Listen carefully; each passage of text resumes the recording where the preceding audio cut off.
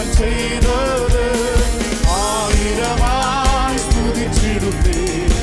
ആനന്ദഹസ്തങ്ങളെ ഉയർത്തി ആയിരമായി സ്തുതിച്ചിടുന്നേ.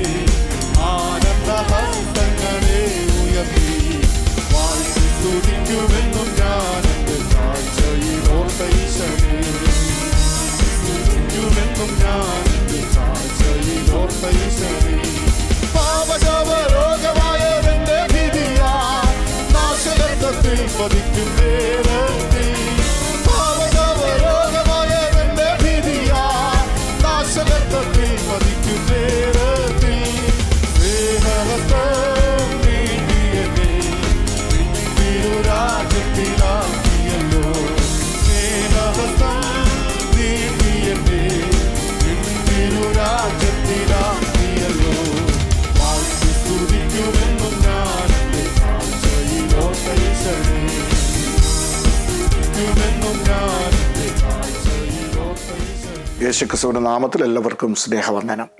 റോമാലേഖനം 8-ാം അധ്യായം 1-ാം വാക്യത്തിൽ നമ്മൾ വായിക്കുമ്പോൾ, അതുകൊണ്ട് ഇപ്പോൾ ക്രിസ്തുയേശുവിലുള്ളവർക്ക് ഒരു ശിക്ഷാവിധിയും ഇല്ല എന്ന് നമുക്ക് കാണുവാനായിട്ട് സാധ്യമായി തീരുന്നുണ്ട്.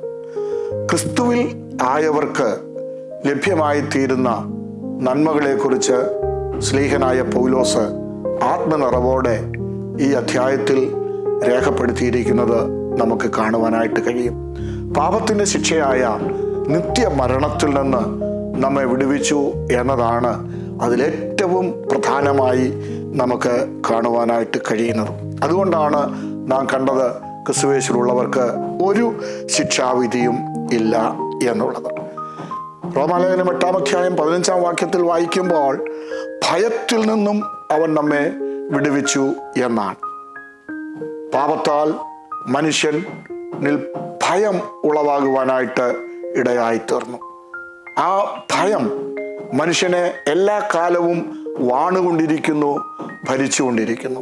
എന്നാൽ ഒരുവൻ ക്രിസ്തുവിലായാൽ അവനിൽ മരണഭയം പിന്നെ ഇല്ല.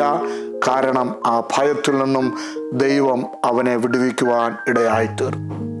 റോമാലേഖനം 8-ാം അധ്യായം 18-ാമത്തെ വാക്യത്തിൽ വായിക്കുന്നത്, നിരാശയിൽ നിന്നും ഒരുവൻ ക്രിസ്തുവിലായാൽ അവനെ ദൈവം വിടുവിക്കും. ഇന്ന് ലോകത്തിൽ മനുഷ്യർ നിരാശയ്ക്കടിമകളാണ്.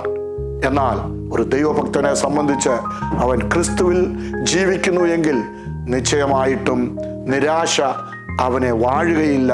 നിരാശയിൽ നിന്നും അവൻ ജയം നേടുവാനായിട്ട് ഇടയായിത്തീരും. റോമാലേഖനം 8:37 നാം വായിക്കുമ്പോൾ, പരാജയത്തിൽ നിന്നും ദൈവം തൻ്റെ ഭക്തന്മാരെ വിടുവിക്കുന്നു എന്നുള്ളതാണ്.